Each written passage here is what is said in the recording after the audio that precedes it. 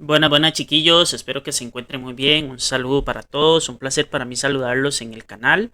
Otra vez dándoles este pequeño repasito para el examen antes del examen de estudios, así que esperemos que, bueno, ustedes que son los estudiantes de noveno alcancen las mejores calificaciones para este examen y que todo esté saliendo bien. Espero desearles un excelente fin de semana, que todo esté saliendo como ustedes lo hayan planeado o incluso mejor que eso. Y un saludo para los papás, padres de familia que también están conmemorando este día de hoy. También para toda la gente que es externa al cole, sino que también sigue los videos, también un saludo para ellos y pues bueno, esperemos que todo salga bien y que sea un repaso para examen muy bueno. Bueno, el día de hoy vamos a estar hablando acerca de la Edad Moderna, la Reforma Protestante y la expansión ultramarina europea. Todo esto en el marco de los siglos XIV, XV, XVI aproximadamente. Y pues tenemos este contexto global donde el ser humano está pasando por una serie de cambios bastante importantes. Entonces hoy vamos a estar hablando de eso y tratando de aclarar los puntos más importantes para el aprendizaje, para la prueba en sí. Bueno, sin más que decir, vamos a arrancar con el Renacimiento.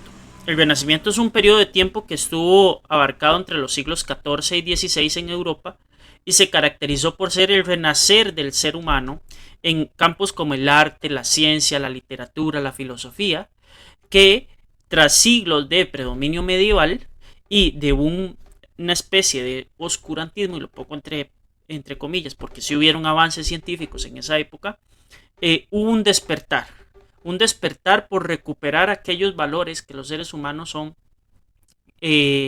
importantes, que se fomentaban en la cultura clásica greco-romana y que se fomentaba a partir de el carácter individualista de cada ser humano y la capacidad que tiene el ser humano para crear, para elaborar y para tener mejores y más expresiones artísticas, científicas y entre otros campos que nos hace que nosotros como especie pues vayamos a ir evolucionando. En el campo científico es uno de los campos más importantes que se relacionan con el tema del renacimiento, de este redespertar del ser humano, en donde los científicos adquirieron una actitud diferente frente al conocimiento. Esta se va a basar en dos aspectos importantísimos, que es el uso de la razón, primero, entre intentar dar la explicación lógica a todas aquellas circunstancias que el ser humano necesitaba resolver, buscaba resolver, a todos aquellos enigmas que le presentaba, y el uso de la experimentación, ya sea empírica o científica, para poder encontrar las respuestas a esas interrogantes que teníamos como especie. Uno de los científicos más destacados de la época va a ser Nicolás Copérnico, que nació en 1473 y murió en 1543. Él propone una teoría que se va a llamar la teoría heliocéntrica, en donde dice y explica que la Tierra giraba alrededor del Sol a lo largo de un año. A ese movimiento él le puso el periodo de traslación y que además de eso giraba sobre su propio eje en una vez al día. Entonces, él define que la Tierra durante 24 horas gira sobre su propio eje y en un plazo aproximado de 365 días le da vuelta al Sol. Cosa contraria que se pensaba anteriormente, que el universo daba vuelta alrededor del Sol, y aquí se empiezan todas las teorías de que la Tierra no es plana, sino que es esférica, entre otros elementos importantes que más adelante van a ser resueltos y se han convertido casi que en una ley científica. Después viene este señor astrónomo alemán Johannes Kepler, que nace en 1571 y muere en 1630. Johannes Kepler toma los estudios de Nicolás Copérnico pues para buscar alternativas, buscarle también la verdad a esta teoría, y pues él lo logra hasta cierto punto. Para eso él descubre los planetas, algunos de los planetas que giran en torno al Sol, y los planetas del sistema solar se da cuenta él que dan exactamente vuelta al Sol alrededor de unas órbitas que son elípticas, son semicirculares y sus planteamientos los plasmó en un libro llamado El misterio cósmico. Entonces Johannes Kepler complementa esta información, casi que la valida ante la comunidad científica y logra establecer aquella teoría de Nicolás Copérnico. Dentro de los matemáticos científicos más importantes vamos a encontrar a Galileo Galilei. Galileo Galilei es astrónomo físico que pone en base el método científico. Bueno, Galileo Galilei va a establecer un método que es basado en 3 pasos. El paso 1, que es la observación de un problema. La formalización matemática, es decir, los cálculos matemáticos y la hipótesis de lo que se cree que va a pasar con esa experimentación. Fase de experimentación, comprobación y lograr establecer si el estudio científico es válido realmente o tiene resultados adversos. Igual, el estudio tiene validez. ¿Por qué? Porque a pesar de que no se llegue a la respuesta deseada o que la hipótesis no sea la considerada desde un inicio, pues se establece que esa no es la forma para llegar a la respuesta o que definitivamente la teoría pues estaba equivocada en alguno de sus aspectos. Entonces, Galileo Galilei incluso tiene enfrentamientos muy fuertes contra la Iglesia Católica por buscar la verdad a través de la ciencia y no a través de la fe, ¿verdad? En el Renacimiento, en el campo económico, también hay cambios importantes. Aquí vamos a encontrar que los artistas se van a familiarizar con un grupo económico llamado mecenas. Los mecenas son banqueros, comerciantes, aristócratas, gente destacada dentro de la sociedad europea durante la Edad Media, y lo que hacían era financiar las obras y proteger a los autores de esas obras. ¿Con qué? ¿Para qué? ¿Cuál era el objetivo? Perdón, para tener prestigio a nivel internacional, para darse a conocer, para financiar aquellos campos del conocimiento que se creían era importante desarrollarlos en aquel momento, y pues por el rescate que estábamos mencionando anteriormente, el humanismo y este renacimiento que está en lo más y lo mejor durante estos siglos. Dentro de las personas más importantes o de las familias más importantes de mecenas, vamos a encontrar a los Medici. Los Medici es una familia de banqueros que viven en la ciudad de Florencia, que tienen una gran influencia por su capacidad y caudal económico. De ahí surge la figura del humanismo. El humanismo es una faceta intelectual del Renacimiento, pura y dura, por así decirlo, y lo que busca es el rescate de la cultura greco-romana y el valor real del ser humano. Entonces, aquí lo que se hace es valorar realmente cuál es el papel del ser humano en este planeta y cuál es el valor que tenemos cada uno intrínsecamente de acuerdo a nuestros pensamientos, a nuestra inteligencia, a nuestros valores, entre otras características que nos hacen únicos e irrepetibles.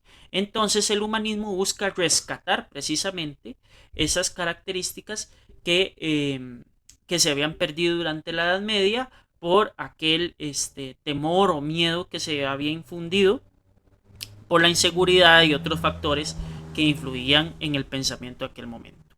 Las academias fueron lugares donde se distribuyeron y se desarrollaron los estudios humanísticos. En ellas se reunían eruditos o pensadores muy importantes para intercambiar ideas, pues para estar en contacto constantemente, para analizar las propuestas y estar filosofando acerca de los aspectos más comunes de la vida.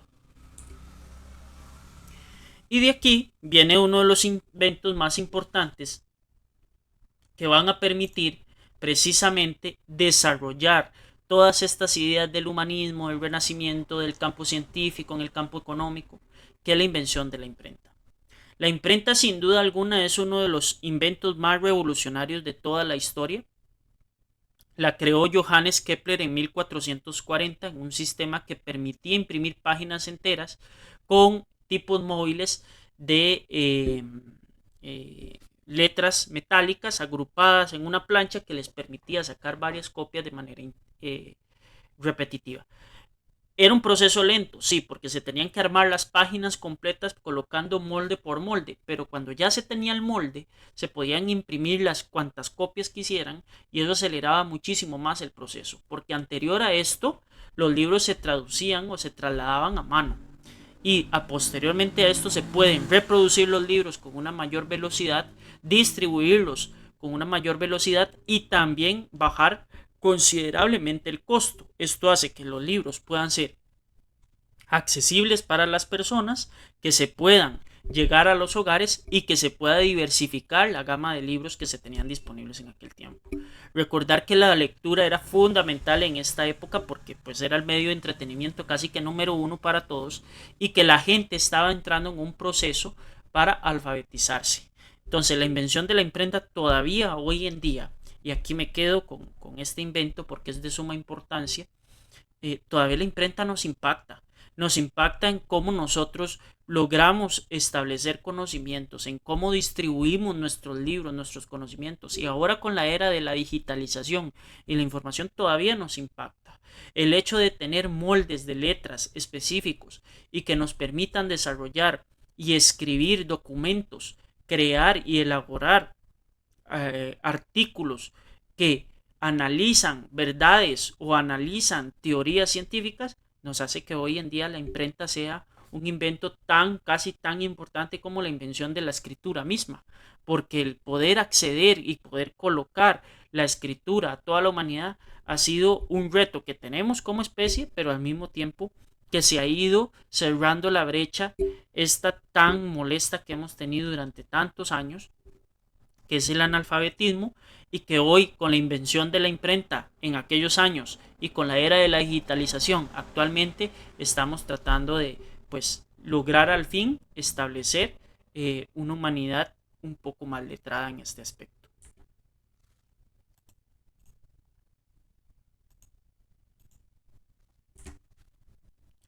Bueno, la difusión del libro, la importancia de la imprenta fue sumamente importante, perdón, valga la redundancia. La invención de la imprenta hace que la difusión del libro sea muchísimo más trascendental de lo que uno podría analizar. ¿Por qué? Porque la educación a los grupos sociales en ascenso, aquellos grupos económicos que tenían el dinero, los recursos económicos, para poder acceder a una educación básica y ya después superior, se hizo de manera paulatina, pero se logró que un grueso de la población muy importante pudiera acceder a la educación, cosa que antes no se podía desarrollar. ¿Por qué? Porque era una educación clasista, estaba cerrada, si usted no podía pagar, no podía acceder, y con la invención de la imprenta y la difusión del libro, logramos que muchas personas puedan acceder al campo educativo formal y puedan crear estas genialidades que se crearon durante estas épocas. Algunos pensadores del humanismo, por ejemplo, tenemos a Giovanni Pico de la Mirandola, es un pensador italiano que consideraba que el cristianismo era un punto de encuentro a nivel cultural, religioso y filosófico. Dice que hay un derecho que es el derecho de la discrepancia, es decir, el derecho a yo estar en contra o no estar en acuerdo, estar disasociando con la persona o con las personas o con el pensamiento de la época, pero guardando un respeto. Y había algo que era muy importante, que era buscar precisamente que las ideas culturales, religiosas en su diversidad, también fueran respetadas. También fueran respetadas. Después aparece Erasmo de Rotterdam, filósofo y teólogo holandés, que intentó aclarar en cierto punto las doctrinas cristianas y el apoyo del libre pensamiento. Es decir, cada persona tiene libre pensamiento, tiene la capacidad de interpretar, de construir y elaborar sus ideas y que nadie debería estar coaccionado por ninguna forma de alguna filosofía o alguna forma de vivir, ¿verdad? En su libro Elogio de la locura criticó aspectos de la sociedad, particularmente los abusos de las autoridades eclesiásticas pertenecientes a la iglesia y pues bueno, eso fue parte muy importante de lo que Erasmo de Rotterdam eh, luchó y abogó para que las personas pues tuvieran esa capacidad de pensar por sí mismas. Nicolás Maquiavelo, su obra más célebre se llama El Príncipe, donde es un libro de teoría política. En el libro versa el funcionamiento del Estado, la psicología de los gobernantes, además describe los modelos estatales según su origen, la fuerza, la persuasión o el azar. Y él tenía una frase que decía que el fin justifica los medios, es decir, no importa cuál sea eh, la forma en que usted alcance los objetivos, siempre y cuando la meta se cumpla. Es decir, no importa cuáles son los recursos, los elementos, los factores que usted tiene, tiene que alcanzar la meta. Para eso se fija y pues eso era lo que decía Nicolás Maquiavelo. Y en contraposición había salido un pensador teólogo, Tomás Moro, político y escritor inglés. Él escribe un libro que se llama La Utopía, en el cual plantea una sociedad ideal y hizo una crítica al colectivo de aquella época. Defiende muchísimo la fe, la tradición cristiana, de los ataques de otros pensadores y escribe sobre temas espirituales. Entonces, a pesar de que es un pensador humanista, él va en contra de la corriente general de lo que hay entre los filósofos humanistas, porque él dice que la espiritualidad es importante, que el ser humano necesita ser o es un ser espiritual. Y de ahí surge, de todos estos pensamientos, de toda esta diversidad que ha salido en esta época, pues bueno, vamos a encontrar que llega este señor Martín Lutero y establece la Reforma Protestante o la idea de la Reforma Protestante. Esto es un movimiento religioso y social que tuvo lugar en el siglo XVI en Europa, principalmente en el occidente, y fue una reforma que se le propuso a la iglesia por la práctica y las enseñanzas que tenía la iglesia apostólica católica romana de la época. Es decir, cómo hacer cambios en la iglesia, porque se había convertido la iglesia en una institución mercantil que estaba buscando pues ganar dinero y que se había dejado la fe, que es su propósito y su base fundamental, de lado. Entonces Martín Lutero inicia esto como una crítica después de una visita al Vaticano y conocer las construcciones que se estaban haciendo en la Basílica de San Pedro y sus alrededores y cómo se estaba financiando esa construcción. Y él lanza una crítica muy fuerte, pero la idea era debatir sobre las situaciones, circunstancias que estaban pasando en la iglesia para cambiar la misma iglesia católica. No para formar una religión o hacer un sismo nuevo dentro de la misma fe, sino que era buscar hacer un cambio. Él nunca pretendió o no sabía la magnitud de sus hechos cuando inicia con este proceso de la Reforma Protestante. Bueno, hubieron varios factores que permitieron el desarrollo o que se creara esta Reforma Protestante. El primero que vamos a estar analizando son los factores sociales. Los factores sociales son todos los que tienen que ver con el desarrollo de las personas en la Edad Moderna. A finales de la Edad Media, ¿verdad?, existía un descontento muy fuerte a nivel social por parte del campesinado, que eran explotados por sus señores feudales y que estaban dispuestos a rebelarse. Ya no creían en el sistema. ¿Por qué? Porque el sistema ya había colapsado, ya era un sistema que estaba entrando en un proceso de maduración demasiado extremo y que ya era necesario hacer cambios políticos para que se favoreciera a la población en aquel momento. Entonces, los campesinos están dispuestos a rebelarse contra cualquier institución que siga buscando prolongar los sistemas injustos feudales donde hay poca repartición de la riqueza y aparte de eso hay poca participación en la toma de decisiones. Por otro lado, en las ciudades que estaban en constante crecimiento, sí hubo un gran impulso a la alfabetización, como les decía anteriormente, con la imprenta y la divulgación del libro.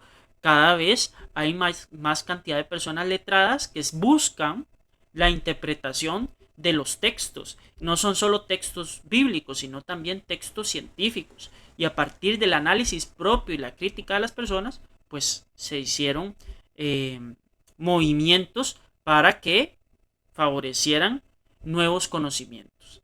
Ante esta situación se sumaba la práctica de la simonía, el nepotismo, las indulgencias que aumentaban las críticas hacia la Iglesia Católica, el trato que tenían algunos miembros del clero para con las personas, el pago de indulgencias, que era el pago en efectivo o en bienes hacia la Iglesia o miembros personeros de la Iglesia Católica para que le perdonaran los pecados a mi persona o a un familiar cercano porque yo podía pagarlo y así eliminar tiempo que tenían que pasar las almas en el purgatorio, ¿verdad? Y eso aumentó mucho las críticas sobre la iglesia, ¿verdad? A nivel político también hubieron presiones. La iglesia tenía relaciones tensas con casi todas las coronas, porque recuerden que era la iglesia y el papa mismo el que le daba validez al poder de un rey. Y al rey sentirse maniatado en algunas decisiones por la misma iglesia, por el mismo clero, pues a veces provocaba roces importantes.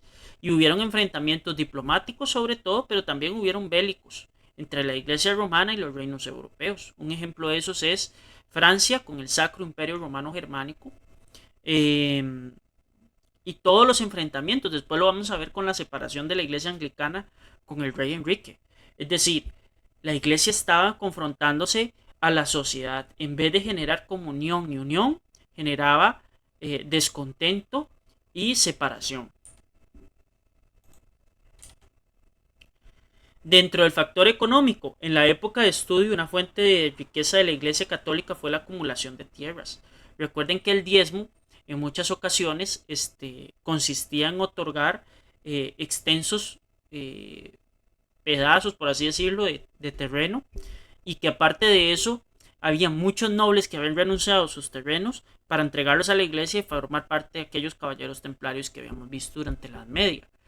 Esto hace que la iglesia tenga una magnitud a nivel expansio territorial con el que contaban que era casi que inmedible. Es decir, la iglesia era una institución realmente muy fortalecida a nivel político, a nivel social y sobre todo económico. Los cardenales y los papas abandonaron esta austeridad que siempre se ha promovido durante muchísimo tiempo y que se promovió durante la Edad Media. Durante la Edad Media la iglesia era la que regulaba los precios básicamente y buscaba precios justos, precios que no generaran usura. Y en aquel tiempo se perdió esa perspectiva y se impulsaron proyectos artísticos y arquitectónicos monumentales carísimos, fuera de toda proporción, ¿verdad? Esto generó que la corrupción fuera en aumento y que las críticas también al mismo tiempo, ¿verdad? Los pensadores humanistas y los miembros del bajo clero, esta gente, monjes, monjas, sacerdotes que están en contacto con las personas de clases medias y de clases bajas, e incluso muchos de clases altas, criticaban fuertemente el derroche y el desperdicio de fondos que tenía la iglesia, dándose ciertos lujos que no eran necesariamente cercanos al tema de la fe.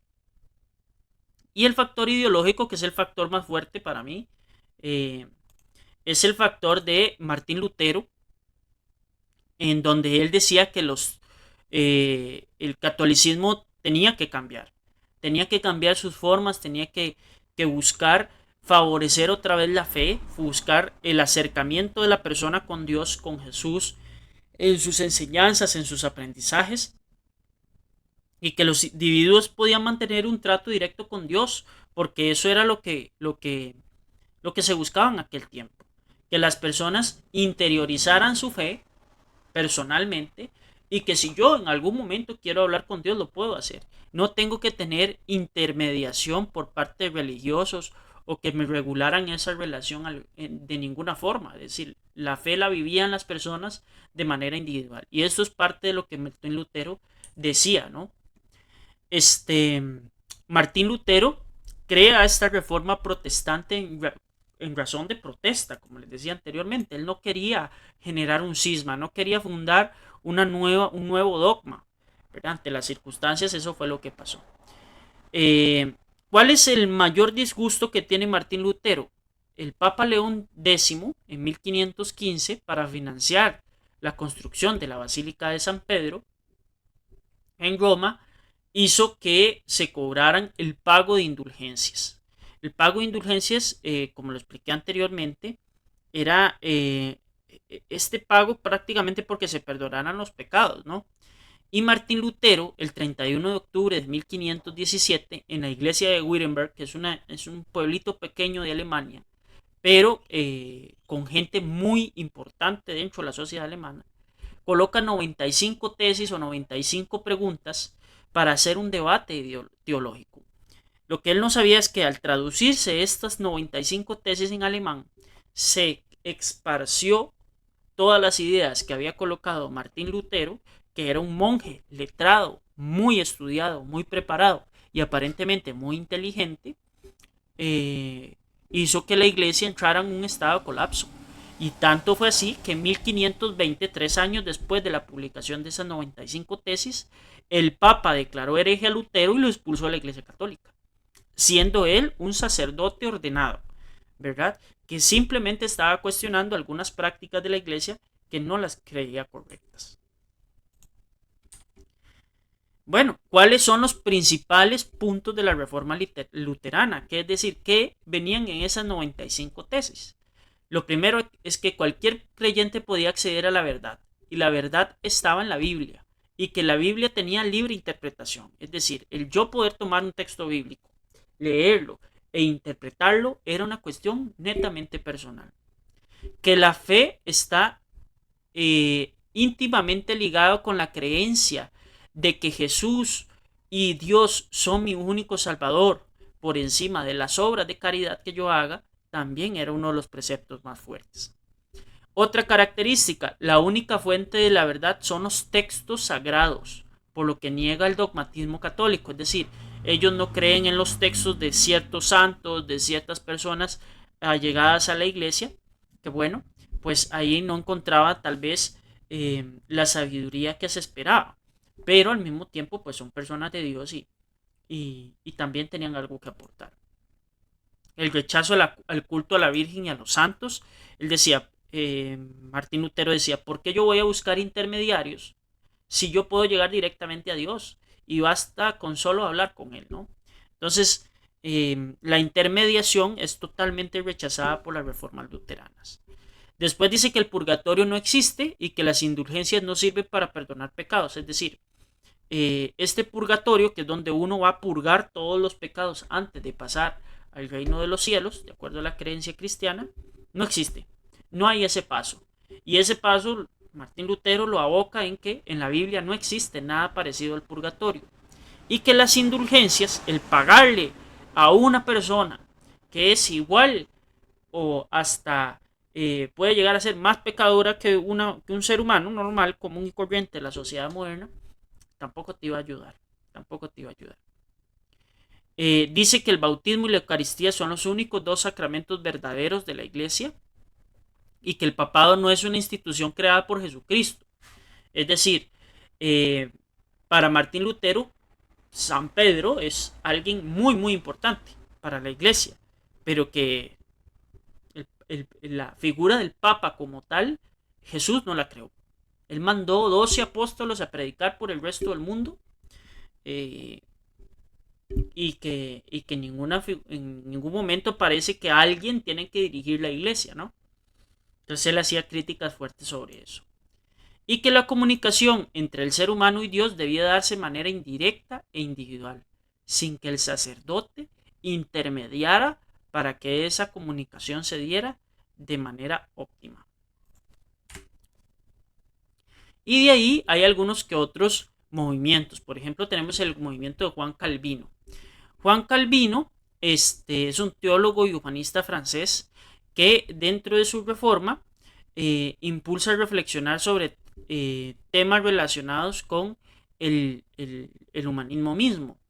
Tras la excomunión de Lutero, Calvino se instaló en Ginebra, Suiza, y colaboró con el proceso impulsado por Zwinglio, no sé cómo se pronuncia eso, perdón, con muchos escritores y reformadores de la época. Calvino decía que todo estaba predestinado. Según sus planteamientos, las personas ya estaban condenadas o salvadas antes de nacer. Entonces, así mismo defendía la creencia de que en la Biblia la salvación y la perseverancia de los creyentes se alcanza a través de Cristo y no a través de seres humanos. A los seguidores de Calvino en Francia se les conoció como hugonotones, que muchos de ellos migraron a las colonias francesas en América porque estaban siendo severamente perseguidos en Europa por la misma Iglesia Católica. Y después tenemos el otro cisma, que es el que hace Enrique VIII, porque él quiere divorciarse con Catalina de Aragón para casarse con Ana Bolena. La iglesia rechaza esa solicitud y Enrique lo que dice es, bueno, ya no vamos a tener relaciones cercanas con Roma, ya no vamos a tributar, y crea un acta que se llama el Acta Supremacía Real en 1534, donde se establece la reforma anglicana. La iglesia anglicana es una iglesia muy importante hoy en día en Inglaterra y esta se convirtió en una institución nacional e independiente de Roma. Tras esos acontecimientos hubieron luchas armadas por religiosos católicos y por religiosos que apoyaban al rey Enrique, ¿verdad? Y el proceso de estabilización permitió el reconocimiento gradual de varias iglesias protestantes y el funcionamiento de la iglesia católica también, porque cuando Enrique hace esta acta, prohíbe la práctica de la religión católica. No puedes quitarle la fe a una persona de un día para otro, ¿verdad? Y la reforma anglicana consolidó el protestantismo en Inglaterra y adoptó ciertos rasgos de lo que había propuesto Martín Lutero, Juan Calvino, y que, bueno, mucha gente se oponía. Sin embargo, hoy en día es una iglesia muy prominente y consiguió lo que decía Enrique, ¿verdad? Que era el divorcio de su pareja, de su ex esposa, para casarse otra vez con Ana Bolena, que es una de las principales diferencias. En la iglesia anglicana existe el divorcio, el papel del divorcio, la separación.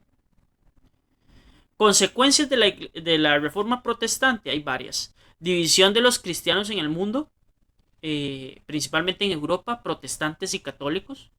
Libertad para interpretar la Biblia, porque después la iglesia hace una contrarreforma en respuesta a todo lo que Martín Lutero había propuesto. Lo que pasa es que lo hace un poco tarde, antes de que pase el cisma. Pero para efectos de examen y para efectos de contenido no se ve la contrarreforma. Pero se da el estallido de guerras civiles como la que pasó en Inglaterra, la pérdida del poder del papado, es decir, el papa ya no era tan determinante en la toma de algunas decisiones, y la independencia económica y religiosa que adoptaron algunos templos y doctrinas protestantes, es decir, cada templo va a llevar sus finanzas de acuerdo a las necesidades que tienen y a los ingresos que tendrán, pues también. Y simultáneamente pasamos al tercer tema. El tema es cómo, a pesar de todas esas situaciones, cambios, peleas, luchas y todo, hay un deseo por expandir el territorio e ir y encontrar nuevas rutas comerciales, y no solo eso, sino también compradores de los productos europeos. Entonces, a comienzos del siglo XV, los europeos que solo estaban negociando por el mar Mediterráneo, el mar Negro, deciden lanzarse a la exploración para ver qué hay más allá del mundo. Y también sabían la existencia de la India, de China y de Japón, porque habían algunos excursionistas y algunos navegantes que habían estado por esas zonas del mundo, donde destaca la figura de don Marco Polo. Don Marco Polo, en su libro, en su diario, él exponía cómo era la antigua China, cómo era el imperio mongol, qué era lo que había ahí, y eso daba curiosidad a la gente. En este aspecto, con el humanismo, el renacimiento y todo lo que había más, lo que más existía era curiosidad y el deseo de una aventura, la aventura de encontrar nuevos terrenos que les pudiera convertir en personas acaudaladas. Anteriormente lo que existía era esta ruta que se llamaba la ruta de la seda. La ruta de la seda salía desde China, pasaba por el desierto del Gobi, pasaba por algunas partes también en puntos centrales en la India, se movía, pero todo llegaba al puerto de Constantinopla, que es esta zona de acá, ¿verdad? De Constantinopla se dirigía hacia las diferentes partes de Europa, las diferentes mercancías. Resulta que el imperio turco otomano ataca la ciudad de Constantinopla y esta que era la principal receptora de los mercados provenientes de China y de la India, se bloquean. Y los turcos otomanos bloquean la ruta de la seda. No permiten el trasiego de algunos productos hacia Europa. Por tanto, los europeos tienen que buscar nuevas rutas comerciales. Y de ahí salen las famosas expediciones marinas, ¿verdad? Que es la causa principal es buscar nuevas rutas porque los mercancías que se vendían a partir de Constantinopla y el Imperio Bizantino ya eran una necesidad, ni siquiera era algo que pues tal vez sí, tal vez no, sino que ya existía la necesidad de esos productos, de pimientas, de condimentos, de seda, de algunos otros productos como la pólvora, etcétera, etcétera, que ya eran absolutamente fundamentales en la vida de cualquier europeo. Para eso hubieron 4 inventos que facilitaron la navegación en el siglo XV. Primero, los mapas portuarios, que cada vez eran más precisos, establecían dónde estaban los puertos más importantes. Los más increíbles navegantes eran los italianos y los catalanes, que mostraban el trazo de las costas, donde habían arrecifes, donde predominaba la dirección del viento, así como la ubicación de puertos conocidos y obstáculos que se podían encontrar en el camino. El sextante, que se utilizaba para hallar a partir de la posición de las estrellas. Los navegantes podían tener una ubicación precisa en alta mar, que era algo que pasaba mucho, la gente se perdía, ¿verdad? El astrolabio, que los árabes lo utilizaron para medir la altura de las estrellas polares sobre el horizonte, y eso permitía calcular la latitud del barco. Resultó imprescindible como herramienta para poder navegar en aquellos océanos que son realmente desconocidos, porque nadie sabía cómo era el Índico y nadie sabía cómo era el Atlántico.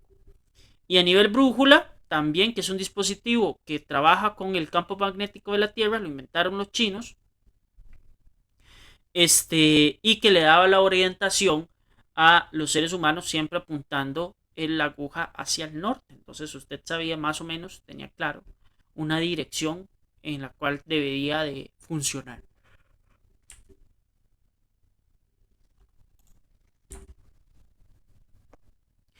Y sin embargo, el avance más importante es el diseño y la construcción del barco de vela llamado carabela.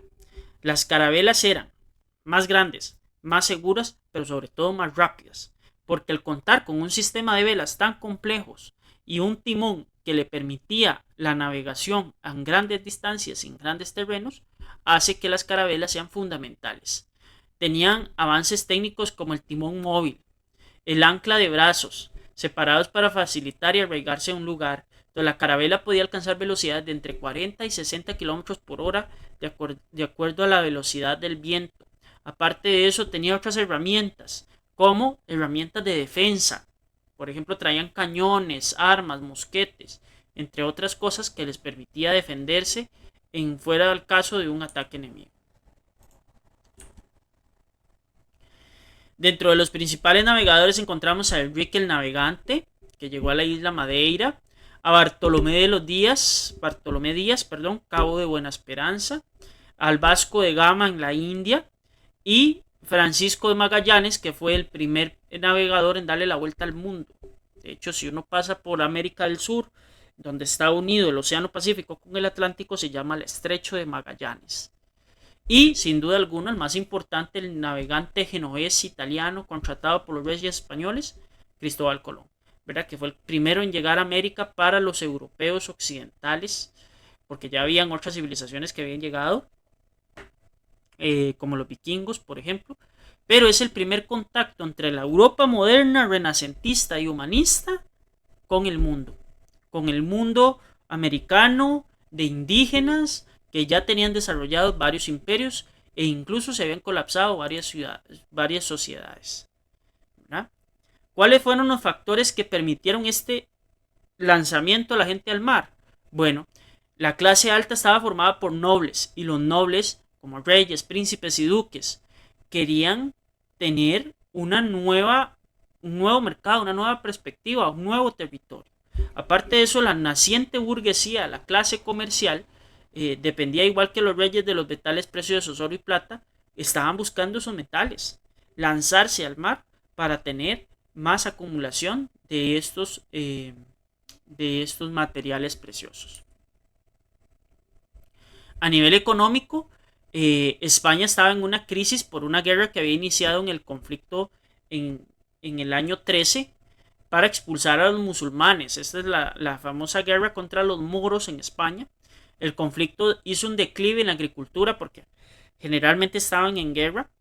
Hizo que la corona se endeudara con Inglaterra e Italia para financiar sus campañas militares y esas deudas hay que pagarlas. Y que había una necesidad ya de reanudar el comercio con las Indias orientales, es decir, con la India para traer seda, para traer especies como canela, clavo de olor, nuez, pimienta, entre otras cosas.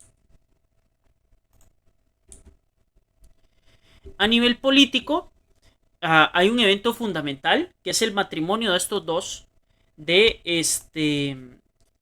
Isabel de Castilla y Fernando de Aragón, porque ellos van a unir los dos reinos más grandes de España y a partir de eso logran reconquistar las Islas Canarias y reconquistar Granada a manos de los musulmanes. Entonces los musulmanes fueron expulsados hacia Marruecos y otras partes del mundo y con el fortalecimiento de estos dos reyes que se llaman los reyes católicos, ellos empiezan a financiar campañas de navegación, dentro de las cuales de las primeras está la que hizo Cristóbal Colón.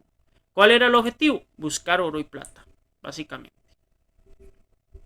Entonces, en aquel tiempo había un espíritu de lucro, muchas aventuras que contar, exóticas narraciones de tierras extrañas, el afán de tener un conocimiento más amplio y el espíritu explorador del ser humano moderno.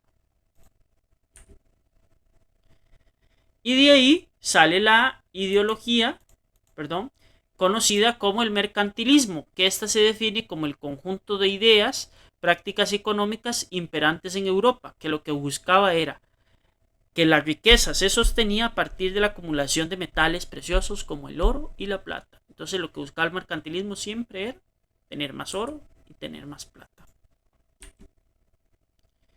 Características: prohibición de salida de metales preciosos. No se vende oro, no se vende plata, no se paga con estos metales en la medida de lo posible.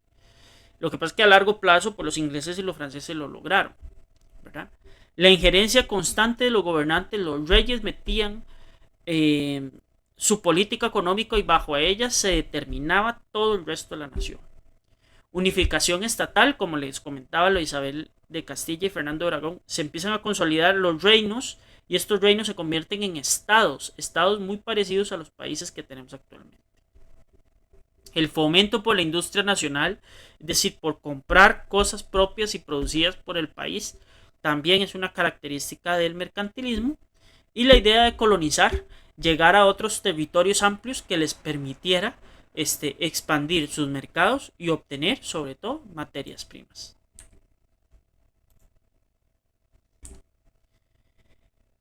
Y bueno, chiquillos, esto es básicamente lo que les va a salir en el examen. Espero que todo les haya quedado súper claro. Que si tienen alguna duda, mañana me pueden consultar y yo con mucho gusto les puedo atender. Ya mañana voy a estar en la sala profe. Si alguien tiene alguna duda y es ajeno al cole, puede dejar su comentario aquí en la cajita, ¿verdad? de comentarios de los videos de YouTube. Les agradezco con el alma y el corazón haberse quedado hasta el final. Espero que terminen de tener un excelente fin de semana.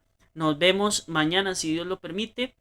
Y a las personas que se conectan al canal, reitero mi agradecimiento. Muchísimas gracias por escucharme y espero que haya sido de provecho este repaso y la vista de esta materia. Muchas gracias y un saludo para todos.